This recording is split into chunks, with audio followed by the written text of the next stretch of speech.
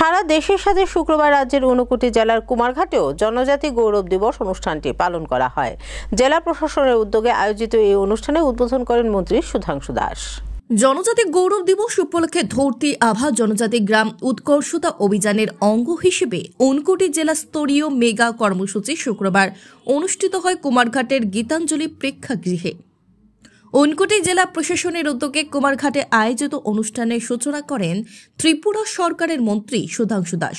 উপস্থিত ছিলেন ঊনকোটি জেলা পরিষদের সভাধিপতি অমলেন্দু দাস, কুমারঘাট পুর পরিষদের চেয়ারপারসন বিশ্বজিৎ দাস, জেলা শাসক ডি.কে. চাকমা সহ অন্যান্যরা।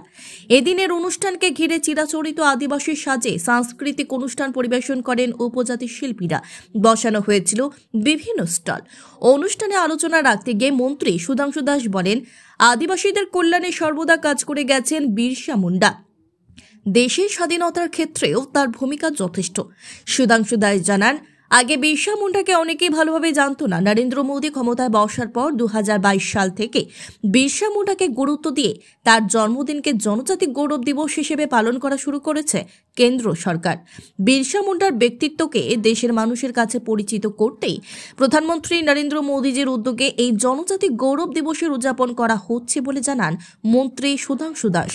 2022 সাল থেকে আমাদের দেশের প্রধানমন্ত্রী শ্রদ্ধেয় নরেন্দ্র মোদীজির নেতৃত্বে এবং ওনার বিশেষ উদ্যোগে বিরসা মুন্ডার জন্মদিনকে পুরো দেশব্যাপী স্মরণীয় করে তুলতে,